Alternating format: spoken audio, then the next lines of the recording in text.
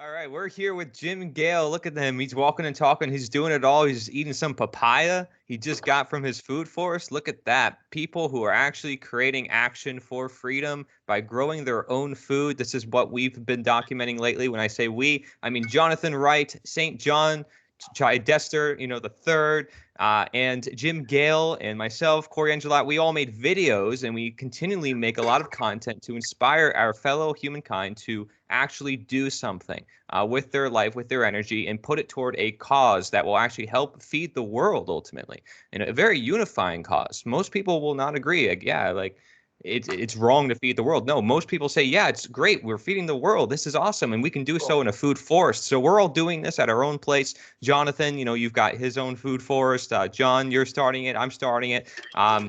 Jim, your plants are already growing so fast within the past couple months, even just the last time I visited. Like, I feel like I look at your videos, I'm like, oh my gosh, so much growth again. It's So nuts. yeah, It's amazing very stuff. exciting. Yeah. So welcome, guys. Thank you. This is a roundtable. So we're going to discuss a lot of different topics related to unity, action, and how everyone can do something. Yes. Awesome. Glad to be here. Me too. Yeah, I'm glad to be a part of all this, guys. I do want to say something else that some of the people that have the opportunity to see this might not know is that the three of us went on a journey at Jim's place at Galt's Landing. And the interesting thing about it is that it's three different perspectives on the same experience, which is like really like a great thing for anyone interested in doing a food forest for themselves, or maybe contacted Jim and you weren't sure what's involved or what it looks like or what type of person Jim is. You really get a lot of different angles on our personalities, but Jim's personality and the food forest itself in that location by watching all three videos. I think it's a great opportunity for people that want to learn, that are either in the investigative stages or the learning stages, or they're full-fledged food forestees. Right. So, Yeah. I would encourage everyone to view those videos. Yeah, and I like pushing good music, so I always put good music to my videos. So if you're interested in watching something that's got some good music popped in there, that's how I roll. But they are very different videos. And John, I really liked yours, just how it had it had more of the the social interaction. I think that I was envisioning was going to be in my video. I was like, oh, it's in his. Well, cool. You know what I mean? So. And Corey, you had a different take on it too, and so yeah, it was really cool. I like the fact that we all three had one. Yeah. Each Yep. different footage. So if people want a full round tour of the food forest in its current state, they can check out all our videos. I'll make sure to have it linked in the description below for anybody watching. So anyways, Jim, so you're here with us. I want to talk about unity as well, because I think this is something that's important, because we live in a very divisive world. People constantly talking about politics or this issue, that issue. How do you view all that in the midst of all that? You on your farm in Galt's Landing, and are you away from the world? Are you trying to isolate yourself away from the rest of the world, or are you trying to confront the problems? How's your position on this? That is such a beautiful question relative to what's happening right now. It's like you read. Are you connected to AI? I'm just kidding. But we all are in the GI sense of it, right? What just happened in the last few days is is mind blowing, and I'm actually processing it, and I'm questioning myself, because I'll share it with you, because there's no secrets, right? Here's what happened. Since we met, there has been a series of coincidences that I'll just share them with you. So the name of this place is Galt's Landing, to everybody listening. And that is after the character in the book Atlas Shrugged, which was the 20th best-selling book in the history of all books in the world. Pretty cool. So the main character's name is John Galt, or at least that's the mystique, is John Galt. And this fella creates a community away from everybody. He has a free energy device, and this is critical. And he says humanity is not ready for free energy because it will be taken over by the bad guys, basically, and humanity won't even get it. And I thought that was an interesting spin. So what we now have, after having the community called Galt's Landing, which represents kind of that energy of freedom. But the difference is we want to show the world, because that's how we change the freaking world, not by hiding out in a freaking mountain, right? So, and by the way, I used to hide out in the mountain. So I was in the mountain for 12 years in Costa Rica. So I did that, right? There's something happening now where the owner of or the producer / owner of Atlas Shrugged, of the title, he did the last 3 movies. He is in touch with my partner McKinley, and we are now going to collaborate, acquire, or find a way to, that title is ours to use to inspire the fucking world, right? And so then last week, a week and a half ago, I was speaking in Spokane, Washington with Aaron Nakamura, and I hope I said that right. There's a lot of syllables there. And he and his friends are the modern day Teslas. And I witnessed a small amount of energy going in and 120 watts of energy coming out. I witnessed the light bulbs go on, no plugins, nothing like that, straight up. And all of us skeptical, scientific type of minded people, real science, we're like, what's really going on? It was real. He's coming here and we are going to demonstrate what, okay, so this is not free energy. That's the fucking lie. Mm-hmm. Everything about that we've been taught about the laws of Einstein and physics and all that stuff, it's a half truth. Mm. The real truth is that there's energy in the ether everywhere, which you guys know. Anyway, so please jump in. I got excited. It's all coming together in such an epic way. It's mind blowing.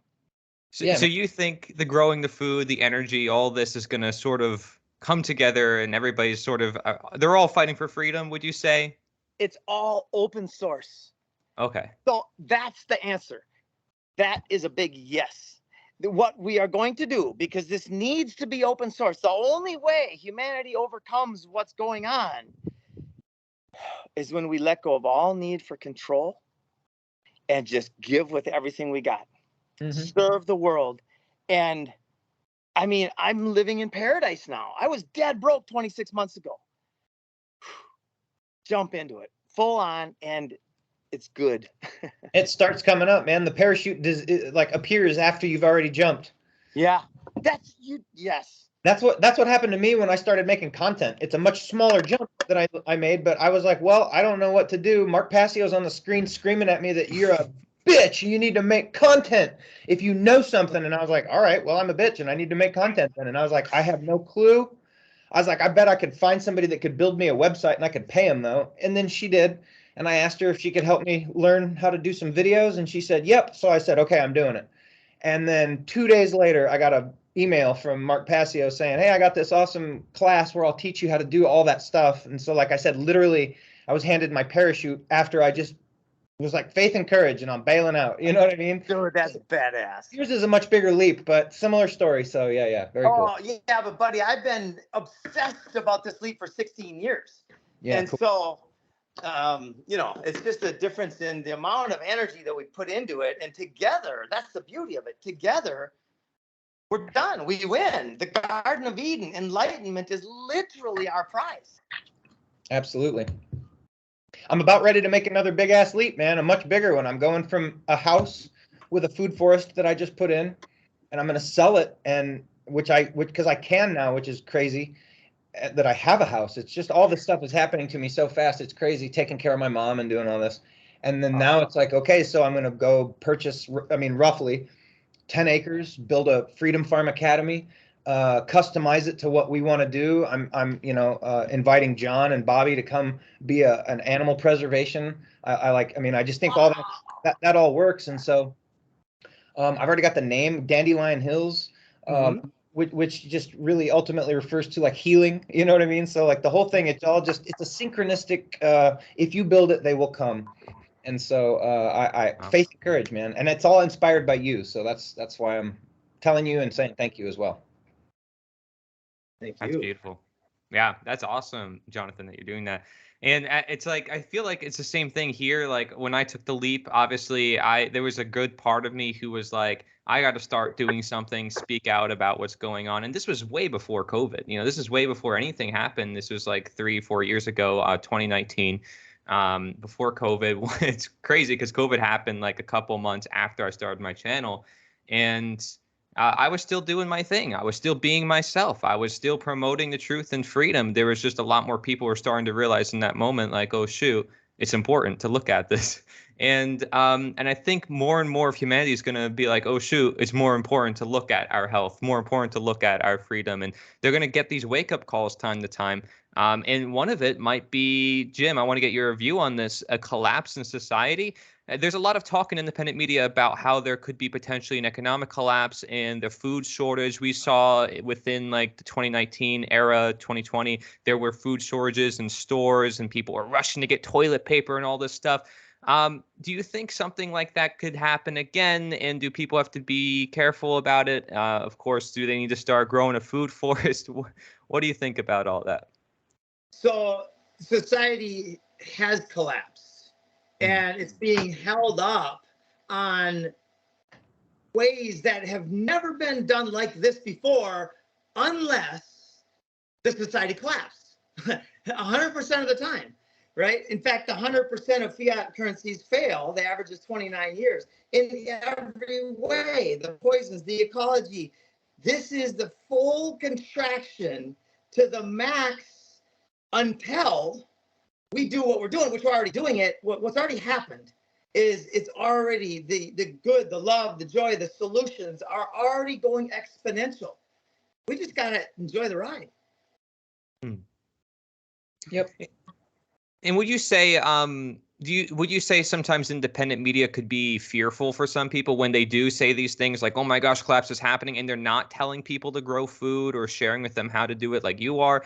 Because from my point of view, I feel like sometimes it may be fear oriented and not so much action oriented. It is for sure fear, or 100%, you nailed it. Fear is the ultimate poison, the devil's toxin, right?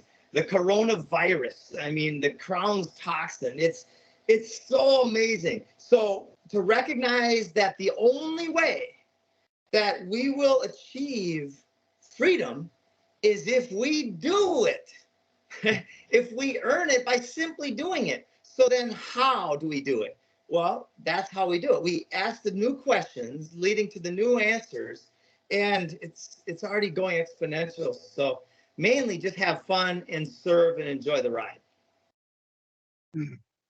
Awesome. Yep.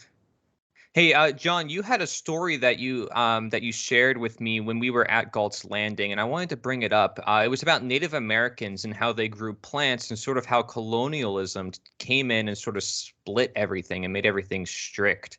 Do you remember that story that you told? I do. It's a Native American story that goes back quite a while back. There's actually, you could find memes of it online, I'm sure, where it's like the bean and the corn and like one other thing that's like a staple in the diet of a Native American. Yeah, and it's squash. Exactly. It was squash. It may have been bean, but it was definitely corn and squash. You're absolutely right. And these three things they had growing together. And when Jim was given the tour of the food forest, in the 1 minute clip that you put together that we all seem to have used, Corey, which was great, by the way, of Jim standing in front of the sculpture, and he describes the over canopy, the under canopy, and then the lower layer. And that's exactly what they had done. And white European colonialism came in and said, oh, no, you have to separate this and you have to separate that. And there's too much fungi or disease that could develop. And, you know, it's the same type of thing that's going on in this alleged collapse of society that's occurring, where they put us in these separate rooms, in these separate boxes with these separate social applications, and they want to separate us from the whole, the collective. Yeah. So it's interesting, you know, that it has that parallel to it. You know, like, we're not meant to be separate. We are meant to have separate thoughts and experiences, but we are not meant to be separate from one another. You can come into this existence and do that. That's fine. But if you came here to live out your purpose, caring about yourself is where it's going to begin, and caring about others and your environment, and how you nurture the environment. I was thinking, while I was listening to Jim talk, and while we were there, I was remembering I had fond memories as a child of my father taking my hands and putting them into the dirt and showing me how far down to put seeds and stuff. These, like, one of the most memorable experiences I had from my childhood was learning gardening and growing. And I've tried to keep up on that over the years, in and out of addiction, in and out of prison systems, in and out of problems in life, and then being selfish. But I do, like, for the past 8 years of getting my life together, I've had several gardens. I haven't been terribly pleased with the outcomes, but at the same time, I really haven't done a lot of homework or research up to this point with the food forest investigation. And Jim's easiness to go about it, and how you can go about it in a way so that it's not something that's complicated. It doesn't have to be complicated, and, like, I think a lot of people, their first initial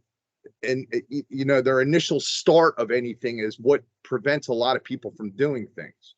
So, but the one thing I do know, and I'm sure Jonathan will comment on this, is that when you're out in the element of nature and you're walking around in your bare feet and you're putting your hands in the soil, like, you really do feel a connection to your environment and everything else. And plus, there's numerous studies about not only the holistic side and the nature side of, consuming plants and vegetables and fruit, but also on on a very deep biological level. If you consume plants and vegetables that you personally grow, you have an intertwining relationship with these other beings. Like, a lot of people have studies where they show that plants they have their own soul, basically their own consciousness, level of consciousness. So, and this has been demonstrated by numerous scientific experiments where plants will interact to the environment that they're in. Like, that's why they tell you to talk to your plants and to constantly have conversations or play music. Like, there's a lot of different ways you can go about it, but like, having that interconnected relationship with the natural environment, you can't put a price tag on that. You can't measure the amount of wealth that you'll receive from it. And we're not talking money here. We're talking health benefits. We're talking mental health, clarity, spiritual connection to the world, to the universe, to each other. I think our collective efforts are going to really have some serious fruit with this. Mm-hmm. Man, I love that. Yeah, and joy, right? It's one of we all know who, when I say the electroculture guy, I don't know his name, but we all know who I'm talking about. The one dude that's the face of electroculture right now. He talks about going and being barefoot and putting your hand on a tree, basically hugging a tree, but putting your hands on a tree, and he takes out an EMF meter. He has several of his electroculture videos talk about this, and he shows this, and he shows how rapidly the charge that gets built up on you throughout the day that grounding helps with your barefoot, but he shows how much more it helps when you go out and basically touch a tree. It just sucks all of the negative energy out of you. It's crazy. And the tree knows what to do with it. It knows how to disperse it into the ground, and you're not harming the tree. So very cool. People can say all they want about electroculture. I will tell you one thing. I received a star fruit tree that was basically dead. Jonathan, I showed you that picture. I put in the electroculture. Guess what? It got resurrected from the dead. Like, not even a couple of days. I'm not even kidding, Jonathan. The minute we put that thing in, the electroculture, it just started going. I'm like, wow. Well, there was something that occurred there, Corey, and you have to understand that you put in a level of care and concern for that particular plant. Yeah. That's right. With good intention. And the moment you did that, the plant responded to it. Yep. And you talk to it properly, and you pet it and everything else. So this goes on with all things in our environment. The more we have care and concern for it, whether it's the soil, the water, the food we're preparing, the forest we're growing, each other and our relationships with one another, like, these are all main factors that produce our environment and our outcomes. So yeah. Hey, Jim, what about you? Do you talk to your plants? Do your plants talk to you once in a while? What's going on? what's going on in my head is how thankful I am for you guys. You guys have blown my mind on so many occasions. Just now, like I've done that a few times, but I didn't have the connection to doing it that I do after you just got done talking. So thank you. I'm gonna go hang out with some trees after we're done. Me too, probably. Yep, it's really cool that you talked about that your plant coming back with the electroculture, because I had a buddy that tried an experiment too, and he said it didn't work. I don't think his was quite as it was a little different, but I don't think he put nearly the care into it. You know, he was just like put a stick in the ground with some copper in it, and that was about it. Which I don't think. I think your intention and your care and your level of like interest really does play a lot into what's going to happen. Yeah. Oh, we learned from the Food Forest visiting Galt's Landing, and the little mound that you created with like the little drainage spots, and then we put it strategically placed. In addition, our whole family did it together, so we were all like moving the wires, bending it together, and then I planted it like with my mom. So yeah, it was a good like bonding process. But we also added Super Thrive as well, which is what you recommended, Jonathan. So I think all of these factors together just really helped the plant just come back really fast. Very So cool. really good to see. It's a good feeling, isn't it, to bring something back from the customer? Yeah, and again, it's like I'm telling all my neighbors, I'm like, hey, once this is all done, I want you to see it, and then I want you to grow it. I want you to do it on your land. And some of them are actually like considering it, and I'm like, all right. So because I'm telling them, I'm like, I'm offering, I will plant the trees for you. I'll do it in your yard. I want everybody to have food. You know, it's not just me. It's like, yeah, we can barter. I can give away stuff once I get yield, but I'd rather they have stuff that they can give out too. So I think there's a win-win for this, not only for the local economy, but for your health and all the things John mentioned. And so going along these lines, and you mentioned this before, Jonathan, about schools, you know, Jim, you're building a school on like your whole Galt's Landing place for a lot of kids. We have some footage about that in our videos about how you're going to set up the school system.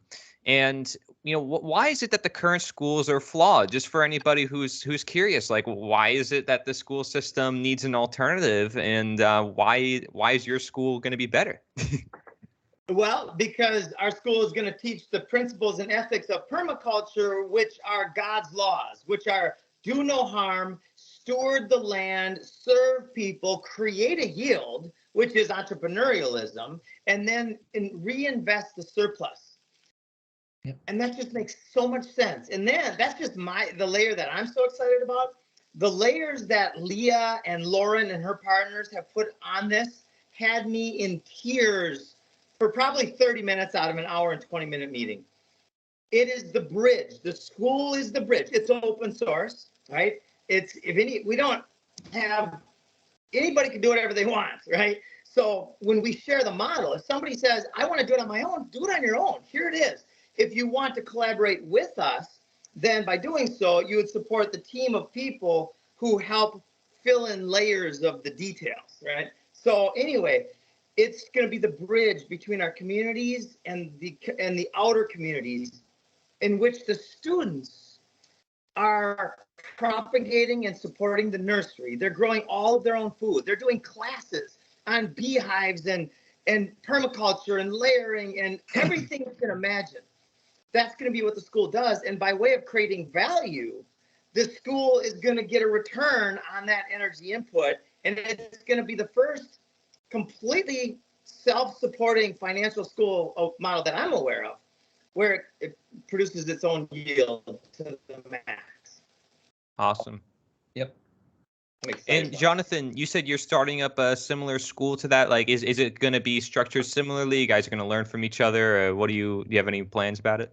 Yeah, it'll be, well, so I mean, I'm doing kind of what Jim said, except both. You know, I mean, I'm doing it on my own, but I'm also doing it with him. Because like, so I purchased my plan through Food Forest Abundance, and then that makes me an ambassador with Food Forest Abundance. And then as I grow and I decide I'm going to, you know, pull the trigger on getting this Food Forest Academy, then that's, or the Freedom Farm Academy, excuse me, then that's going to really tie me into to Food Forest Abundance as like a hydra, like a miniature, you know, like an additional hub. And so, you know, they're not going to be my boss in any way, but we're partners in that, like, you know, I'm obviously using their model, but then it's customized to what I'm going to be doing, which clearly a big badass food forest. I'm going to have a stage, for the sake of music and gatherings and sharing just information, blah blah blah. That's just something that I want to do, and kind of taking it as a, like I said earlier, if you build it, they will come. And when I was at your place, Jim, and I met up with John and Bobby, and we started talking about the animal thing, and just listening to Bobby and John kind of being like, well, this is awesome, but we need some place, like we don't have land, is kind of what he was saying. And I'm thinking, well, I'm going to have land. You know what I mean? So it's like, if you're willing to like relocate just a little bit, it's here. And so, that hasn't really been discussed, exactly details, whatever. I don't have the place yet either. But that's the offer, that's the idea. So, and an animal preserve is right up the alley of what I want to do. I want animals involved in my land, but I'm not a huge fan of eating them. I'm not a vegan, but I'm just not a huge fan of eating animals. So, but I love the idea of having animals, and having a preserve is just, I don't know, it's really cool. So that's why I like your model, is that it's customizable to what you want to do, and yet you're still part of you, right? So I'm still part of Freedom Farm Abundance, or Food Forest Abundance, as my own entity, and then so whatever you guys come up with, it's like tied in, and it allows me to grow on my own at the same time. So it's just really cool. I highly recommend anybody go get motivated to go down and just look at this place that we're talking about, because you cannot, your imagination doesn't do it justice. Even if you have a really good imagination, you need to go see it and put your feet on the dirt and be there and go, wow, this is not what I thought it would be. Yeah. You can't see nature through a screen, you got to connect with nature directly, in other words, to get the full experience. I will say, like, just being out in nature, I went to nature preserves, so my sleep quality would just go like maximum quality. I mean, like, if you were having bad days of sleep because like there was construction going on in my house, when I would go to the nature preserve, or I went to Jim's place, all of a sudden, like, it's like I had a body reset. It was awesome. So I think there's something to do with nature there. Of course, my message is nature is the answer, and integrating all these systems we're talking about. Like, we're talking about schools, we're talking about gardens. This is one thing that we mentioned, we talked about, was integrating all these systems together. So what about prisons? And this is something that we were talking briefly about. What is there a need for prisons in a free world, Jim? Like, when people start to understand the superstition, the belief in authority, as Larkin Rose talks about, Mark Pascio, many of our people in the communities that we follow, we're really nailing down voluntarism, statism, these ideas most people have never even heard of. And it's bringing up a whole new perspective of people to say, wait, we don't need these current systems of control telling people how to live their own lives. So what about prisons? Do we create our own prisons? What are your thoughts on this, Jim? We are going to destroy the narrative of scarcity and fear in every way we possibly can, including the prisoners will grow their own food. They will create their own food, which they want to do. And when they do, because this has been done before, it resulted in a recidivism rate that went from over 35%. I've heard other studies over 60%. But the one I remember the most clearly is around 38% recidivism to under 10%. Now, if you could just understand the significance of that one freaking thing, the taxpayers are saving massive money. And I know you do. I'm actually talking to myself on that. Like, holy shit, you just ended the majority of crime on many layers. Yep. So what do you mean by that? What is that 10%? What was that word you used? So reincarceration. So yeah. So if an inmate gets released and then hurts somebody again and goes back to prison, which is a major thing, this will reduce that massively. Okay. Wow. Recidivism is the return rate to jail. Yeah. You robbed a place, you went in, you only learned how to rob it better, you got out, you did it again, you went back again. That's a high level of recidivism.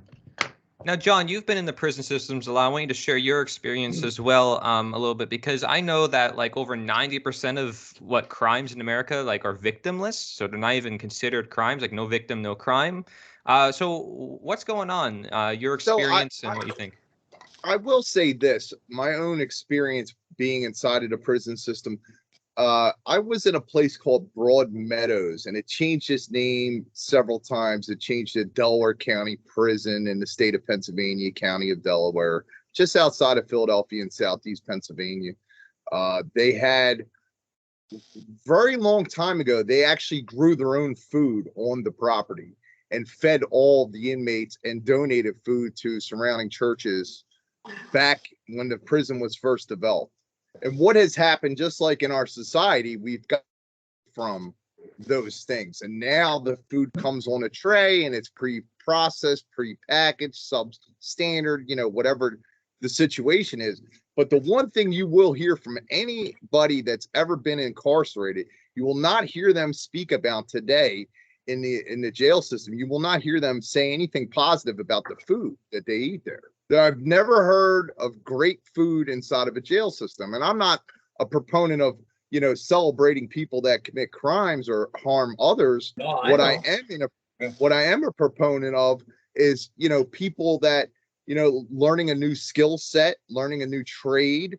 I've seen that be very beneficial to a lot of people in the recovery process once they leave the prison systems and the outside supporting systems. The one thing that was going on in the state prison of Pennsylvania while I was there, they had the pit bulls and parolees type situation going on where those men were selected to raise puppies from birth all the way up into maturity and then give them off to someone to be used as a emotional support animal or an animal, you know, to help the blind or, you know, sight, you know, different things that they were used for. But, you know, like with all that being said, you know, like I'm not a big fan of police or police departments, but I'll tell you, I subscribe to a lot of dogs that are cops because I like to watch dogs in action.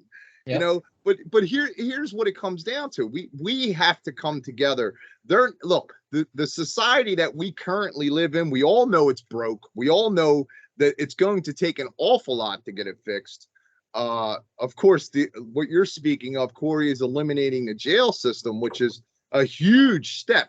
But you have to understand what Jim's talking about is going with the flow of what's in there now and dealing with it as is. And then, you know, we could teach people how to feel sufficient and self-sufficient and and what Corey said, yeah. No, what I'm saying is people go to prison because they've been harmed or hurt in some way in their mind or their thought process, and they lash out at other people because they're not having relationships correctly in their lives. They're not communicating their wants and needs correctly. They don't even know what their wants and needs are. And that's the sad part. A lot of people think a need is internet access. A need is, you know, access to their PIN number on their credit card. You know, like they're considered needs to people. And if you were to go back in time 100 years, like people would laugh at you. Like, what is that? That means nothing. You know, so what you want and what you need are two different things. There has to be like an outline for that. But I think what Jonathan's talking about doing, where creating an atmosphere with the animals and the food forest, and also a learning platform where people can come in person, and then maybe it could even be broadcasted online for others to see. You know, we've been involved with quite a few different events that occurred online, and we've watched this transition over the past couple of years of people that had real live events now utilize the online platforms to have the same type of events, although it may not be the same experience, but you can definitely get the same level of learning from those experiences. Maybe even more so because you could go back and watch it again.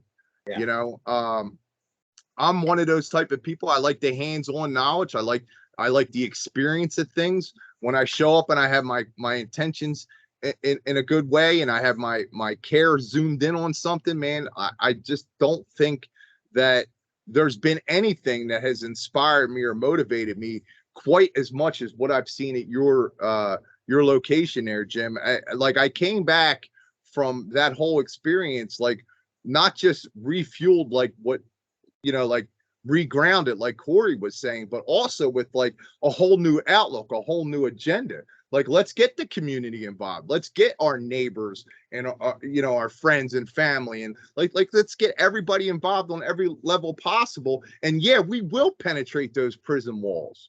But guess what? I think we have to penetrate the walls of the prison in our minds here in the real world, as free people, as so-called free people walking around in our society. Like, yeah, I want to bring programs to the prison cells. I really do, but I want to bring a program that's going to eliminate the need for prison cells. So, Right. We can bring all of it. Right. Abundance Yeah, of solutions. I think doing this is really that, because once somebody, say you're in there for 10 years and your job is to basically, and again, this is assuming the program has been installed and is maybe a year or two advanced, right? So it's going, they're doing this. And now you get into trouble and put in prison. And so we're also keeping in mind that because it's real, the world is changing in a good way. Like, it's getting really terrible too, but there's going to come a point where the true shift of good is going to actually be more noticeable, I think. And so, these people are in prison and they're learning this lifestyle of let's build a homestead. Like, that's kind of what it is. It's like, you're in these walls, you got to survive, dude. Here's your animals, here's your food, here's how to take care of yourself, here's what we do with the extra. By the time they get out, that's what they know. And if you remember watching Shawshank Redemption, you know what I mean? Like, you go in and then shit changes and then you come out and now it's different. And so that's all you know. And so you learn this inside here. And then by the time you come out, you know what I mean? I don't know how long it's going to take, but of course, at that point, the prisoners would need to be positioned in areas where it's like, okay, don't go back to Compton. You know what I mean? Let's go out here to the woods where there's another society and, maybe a parole officer, et cetera, to go get a job out here. There's farms that do this stuff. I mean, there you can get your recidivism down to, 1% and even less. It's never going to be perfect, but I think having a program like this in prisons is what would make people not want to come back, because they'd be like, damn, there isn't scarcity, because that's why most people are in prison. They think, well, there's not enough for me, so I'm just going to go take. But if they realized, again, when you're in that hard of a situation, to reverse it back down to just understanding, oh, if I put in a little of my own work, I can have whatever I want. Well, that's a hard one. But if you teach them when they're already incarcerated, it's easy to have your own shit. And they go, oh, yeah. And most people are in there for any kind of stretch or like looking to do it. They're like, well, here I am. Let's do it. By the time they get out, they're not going to go back. They've already had that change. So that's what I think. It's freaking epic. And I want to tag onto that because I'm imagining myself an inmate in a prison. Right. And now, of course, this can be from my perspective here, playing the primary position. But I imagine myself in a prison eating this. This is blowing my mind. This is unripe papaya with salt and the sea salt stuff. It's not the crazy bad salt. And then honey from our property. That's it. And this is miraculous. Like, yeah. I can't believe I haven't had this before. Yeah, it's definitely something our ancestors did a lot. I mean, honey was universally accepted and very easy to find, and they can eat fruit. The color, the senses, we have the enzymes to digest it. And, some tribes would live off of fruits or coconuts or different meats or sugars like that. And you can do that for a long time. People enjoy it, and it gives you a lot of nutrients. So great stuff you guys mentioned. I got one other thing that is blowing my mind right now. Okay, so in the future, the best chefs will not come out of that fancy chef school. They'll come out of prisons. That's where the best chefs in the world will be. So the owners of restaurants will want to hire the chefs out of the prisons because they grow all of their own food poison-free, and they teach us how to use this food in our backyards and in our restaurants. Anyway, I just had to get that out there. No, yeah, totally. What a good partnership to make would be prisoners. You know what I mean? Because then you could because somebody's going to have to jump into the prison market because it's all private, and then work on pulling it back from, all right, let's fluoridate the food, which, by the way, it's all on purpose fluoridated. It's all soy based. They do everything in their power to feminize and to make them into a docile, controlled state with every possible thing they ingest. That's why when I went to just jail a couple times, I just wouldn't eat anything. You have to drink at some point, so it's like, and you just get their little Kool-Aid that they give you, and you're like, well, it's made with regular water, but it's like, God. And the food is it's atrocious. And that's on purpose. It's not like, well, here's some grade D stuff. It's like, no, we need to poison these people and make them docile.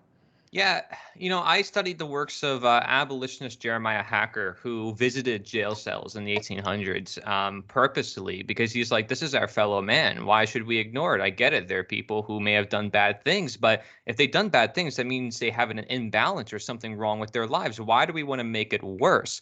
We should want to heal them, make them better. And he saw a lot of them could just be healed because, again, like I said, there was a lot of them victimless crimes or people who just got into bad situations. Many of them were even young at the time. He's like, wow, look at all these young kids. They don't even, like, their whole life is going to be ruined. This is not right. So he made a farm school and he used that as an alternative. And then the mayor ended up getting credit for that plant. and he wrote a newspaper and he's like, why is the mayor trying to get credit for a project that I created? It's because the state wants to maintain its control and power over what services are provided for people. But in a free world, you'd have tons of different solutions, tons of different abilities for people of all different mindsets to hopefully heal. And I think looking at it through healing is maybe a little bit different than like punishment or having to get justice done, because justice can be kind of blind in the sense of an eye, eye for an eye. So I think taking more of like the Taoist approach to things is like realizing, wait, there's an imbalance here. We can't just make it more imbalanced. We have to realize, like, let's say the farmer is growing a plant. He can try pulling the plant as much as possible, trying to make it grow faster. But at some point in time, he has to work with nature if he wants the plant to grow. This is a common Taoist story. It's like if the farmer wants the plant to grow, he has to actually let go and do less, because nature will do most of the work if he just works with it. But instead of trying so hard to try to fix something and using force and trying to change it, this is what they call Wu Wei, non-action. I'm making a presentation about this because so many people in our community is unfamiliar with Taoism, and it's one of the most ancient philosophies. The Tao Te Ching is the second most translated work after the Bible, but you never hear it being promoted as much because they're not looking for converts or money like the church does. And yet it's very empowering for a lot of people. It's also considered one of the first anarchist texts in history, if not ever. So definitely different resources, all the things we just mentioned here. I mean, are you gonna hear this in independent media at all? Like all the things we talked about? Not at the moment, but I think it's kind of getting there. I think it's getting there. Like Jim, you're talking to Mike Adams of Natural News. Yes. I think it's getting there. It's getting to the mass amount of people who've been doing this work for 20, 30 years who are like, man, why aren't things changing? And you can see in their comment sections, people are like, I want to do something. We got to get together. What is your opinion, Jim, on like a movement? Because I got to the point when I was at like 2018, 2019, where I was like, I feel like things are not moving in the right direction. I felt like a movement was necessary. Now, you can argue like everything what we're doing now is a movement. We're sort of creating it by our efforts, by our action. But do you think a movement of centralizing like maybe a flag or an image or a message would make our impacts more powerful, to have sort of a unifying bridge between all our efforts? So let's say like that's why I also created the Liberator 2, is because let's say somebody wants to be a writer, another person's a writer. Now they both share the same platform, so they make double the amount of impact. Yeah. It's interesting. That's a great question. I have not been a fan of this idea of a centralized anything. Mm-hmm. Now, will a logo or something like that, some type of brand cohesiveness speed up the, peace on earth? It might, but then that also has the potential for bad energies to come and try to control that, right? Mm-hmm. So worship the symbol. Yeah. It doesn't. What I think is everybody just has their own fucking symbol. Yeah. Right. That's it. Everybody has their own symbol, and that's their symbol, and whatever, and and yeah. That's where that's what it's going to go to, because like you said, like voluntarism, that's really like the step before what I think a lot of like the anarchists believe like will happen, where it's just everybody just doing their own thing and there's no problems. Like, and it has its symbols, but I don't think we have to worship those. Right. Well, you're right. And there won't be any centralized anything, but and even, and this is where I got in trouble with a lot of the natural law crowd, or the anti-government folks, I should say, is like, dude, there's gonna be leaders that people want to go to. Right. And they'll be the ones that are called in charge, even though they won't be forcing anyone to do anything, and there will be no taxes, and you won't have to do anything they say. But there will be something, and we will most likely call it like a government or a committee or a empowerment. There will be a name that Consensus. we give it, and it means a group of Consensus. dudes that rule over these certain things that we aren't smart enough to do. We've recognized that these are badasses, and we go to them for their opinions. And that's rather than, well, we've elected these assholes that have cocaine problems and they boss us around and steal our money. I mean, it'll be a little different. You know what I'm saying? So, yeah. I do want to throw one thing in there. You guys were talking about the collapse of society, and like their agenda isn't necessarily to collapse society, but to take total control of it. That's going to involve them pushing us into what they're calling these smart cities or super smart cities or whatever the heck they're calling them now. But I will say this, right? Like the idea of what Jim's putting out there and what we're all trying to personally achieve in this endeavor is to have that level of self-sufficiency, so that when the FEMA personnel or the Department of Environmental Services, whoever shows up at your doorstep and says, hey, listen, we don't have clean sewage running to your place. We don't have access to supermarkets for you anymore. Your money's no good anymore. You have to take this form of ID for money, or whatever they come at us with. We're able to stand there and say, no, thank you. Have a nice day now. You know what I mean? Like, no, I don't need to get put into your Katrina dome. I don't need to, take your Walmart credit card. I don't need your Dogecoin, Litecoin, Bitcoin, whatever you want to try to push down my throat. I don't need your clean running water. I don't need your clean, proper disposal of sewage. I don't need your assistance on any level. Thank you, but no thank you. Have a nice day. And you close the gate or you shut the intercom off, and that's that.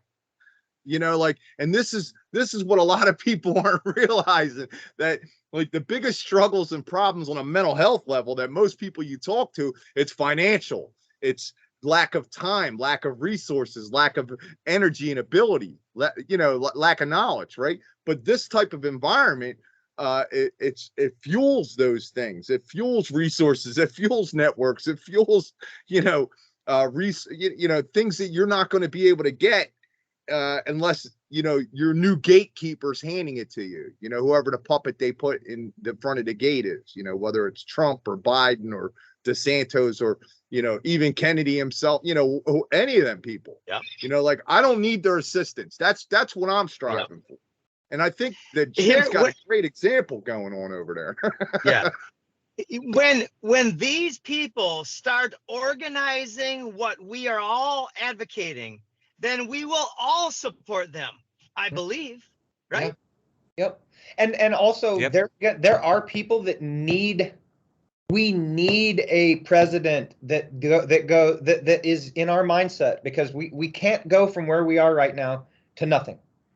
People will run around and eat each other. That's what will happen, and it will take 3 days. So I think something big. I think something big just happened. But I really feel the need to share this with you. Go ahead. Let's start it right now. Right now, let's start some type of campaign that we sign. Anybody who's basically says, if the president, if any candidate absolutely guarantees this path, we will all support that president. And then we lay out the simplicity and the logic of the path. Mm-hmm. I think Does he's that talking make about a sense? president in our mind. I don't know if he's talking about the same thing.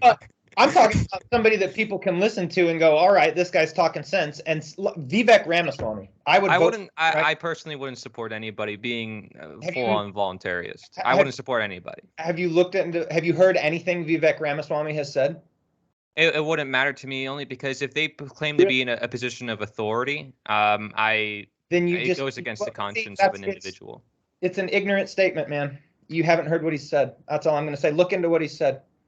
But if he's running for office, he's already presuming a higher claim over other individuals' lives. No, he's not. No, he's not. That's why I'm saying, Corey. He said, no, he's not. You should No, he's not presuming anything. First, and then comment. Like I said, if you haven't heard Ramaswamy. Well, as a person, I respect everybody as an individual and their ideas, absolutely.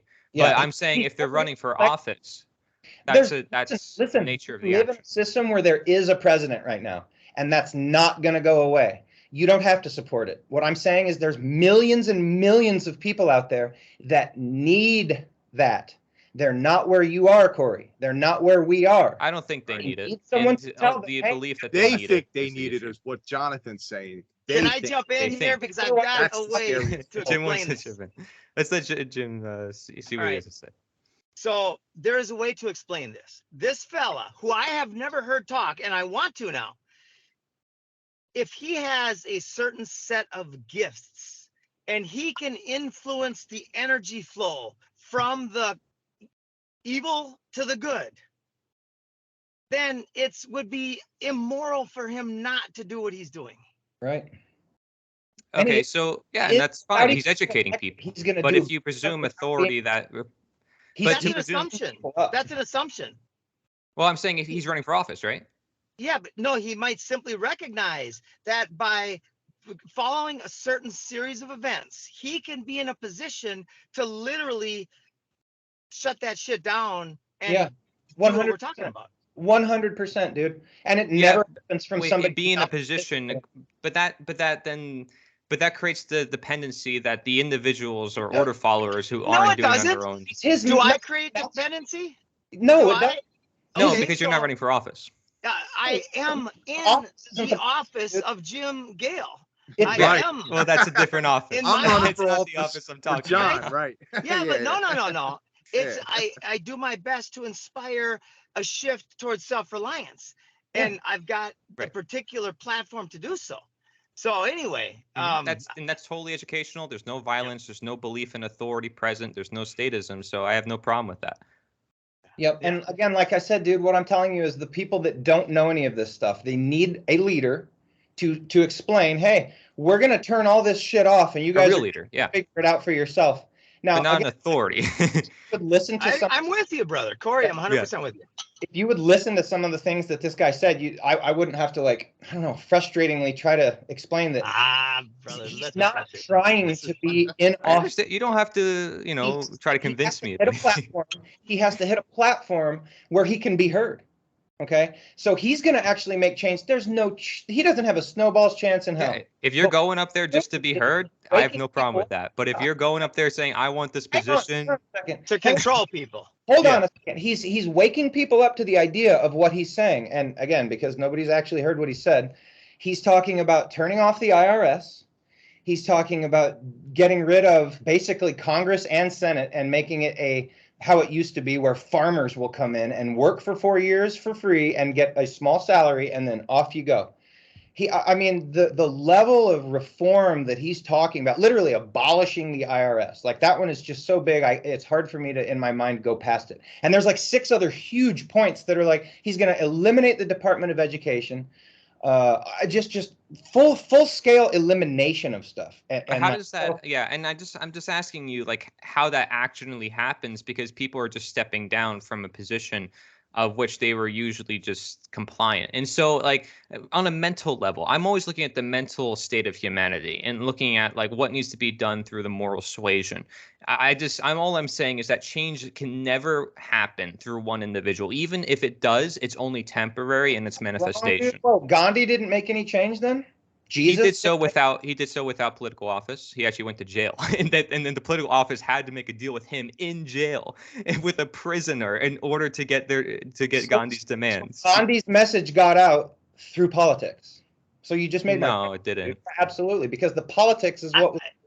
You That guys are both. I mean, you he guys can- are both right, and then there's extra layers of understanding about it. But let's move on. You're My right, battery's Jim. about dead. Let's My move phone. on. I'm sitting. Yeah. Here's what I'd love to share with you. The ideas that we talked about at the lot 1 there. When right. you're here, about if you guys want to go in on a community, bring in exactly how to do it. Find a piece of land. Maybe get 10 or 12 home sites on this community. You don't want to go more than that. There's a sweet spot, I believe, through a Mhm. lot of fucking it up. Excuse my language. That's why we have 10 lots here. It's a perfect size community where, anyway, so my vision, my hope is that I can, and the team actually, who are way better at the details than I am, that they can help you create that whole thing, and then I can shine a light on it to the best of my ability, and you can create another demonstration site of everything we're talking about. Yep. Yeah.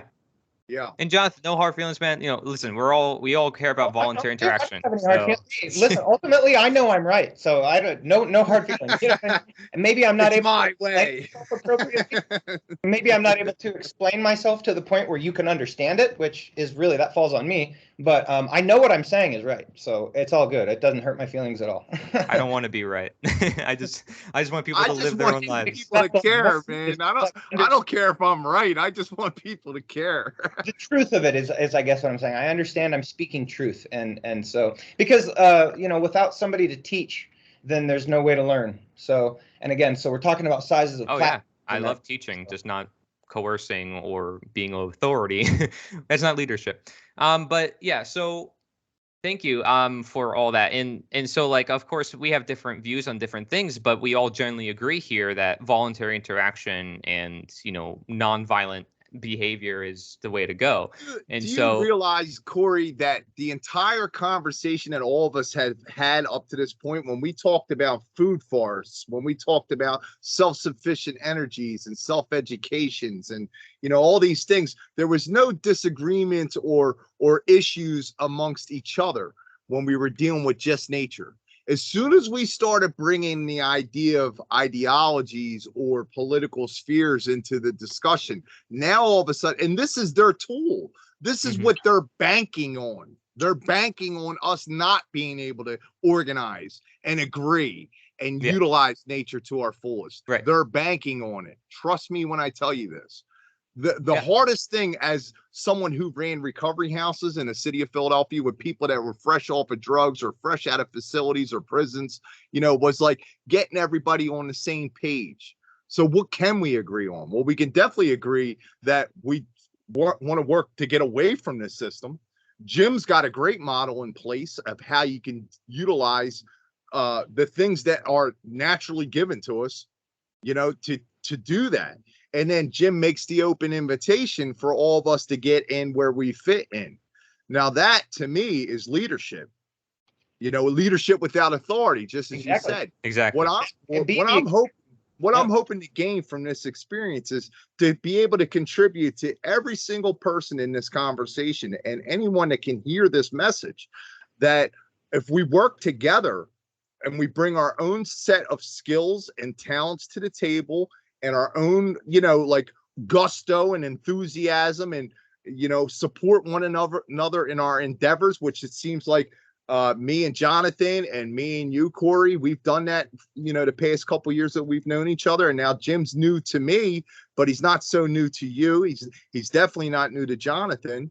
You know, like for us to just come together and, you know, like my friend Bob, he's resting now. He was out working all day, but, you know, like he wants to do something, and like, you know, he doesn't know all the laws and, you know, like what's required from the government and, you know, what kind of stamp of approvals we need from the environmental and, you know, agricultural and all the different departments involved. But now we have something to look at. We have something to research. We have something to think about. You know, the first part of planning anything is the thought and the connectivity. You know, like if I'm very good at one thing, utilize me there. Ask me to be a part of that. You know, like if I'm good at, if I'm not so good at something, but I know somebody that is, and you know that I know that person, don't be afraid to ask me because I'm good at them. You know, that kind of thing. So like, let's work on trying to get it together, man. Like I want to be a part of Bobby's dream with the animal preservation. I want to see Jonathan's amphitheater get built with people coming from all over the world to you know, to correlate with one another. You know, I want to see you be successful in your journey. I tell you all the time, Corey, I'd like to be a fly on the wall 40 years from now to see where you're at. Because it took me to, you know, late 30s for me to get like on track in life and to care about more than just myself and what I believed was caring for those around me, which wasn't. You know, like how do we make it a situation so that every single stroke of every pen and every dot that we every I that we dot and every T that we cross in our pathway here, that it works for the collective? Like you know, that's what I want.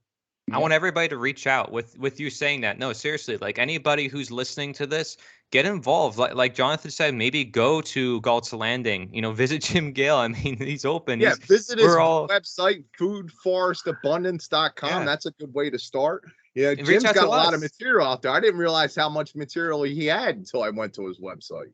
Yeah. So Yeah, look for me. I go to nothingnewunderthesun.us and hit contact, and you can get in touch with me. And I've said that before, and people have reached out and gotten in touch with me. So do that, and I'll, we'll chat. John, how can people reach out to you since we're going through it? I'm real easy to find. I just created a tap link thanks to Corey. Nice. He inspired Yeah, me. they don't censor people. Don't use Linktree. Never use Linktree. Right. You could always find me. I'm very easy to find. I'm thelostprinciple.com. PLE, the correct spelling of the word is it's used in this situation. Thelostprinciple.com. You can put a hashtag in front of a couple things.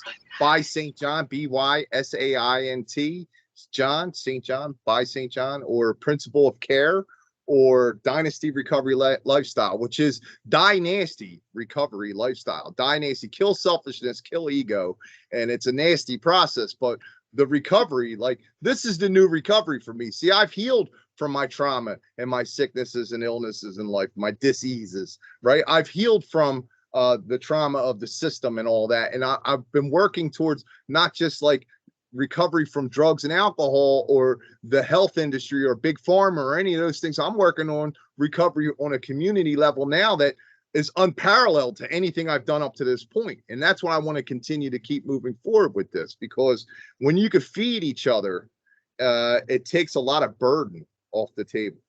Yep. Awesome. And I encourage everyone as well to get involved with my next big event, the End of Slavery Summit 2, which is also called the Liberator 2 Showcase, where John, you're going to help me out with some production as well. And Jonathan, I hope you get involved Jonathan's too. got me doing something for him too, and I'm looking forward to that, Jonathan. Yeah, so guys, we always have projects going on. Just stay within our communities, stay tuned. We always got something. It's like we're trying to involve people. We're not just like consume our content. We want you to get involved, actually do something and create freedom within your own life for your own families and your communities, grow food abundantly and feed the world and change the world ultimately. So awesome stuff. You can find. I've got a radio show too, and then go ahead, sure. 2 radio shows that I'm involved with on the Revolution Radio Network, which I had never heard about. So if you've never heard of it, just go to revolution.radio, and they have Studio A, they have Studio B, and they have Hawk's Nest, which is just music, and it's all listener supported. It's all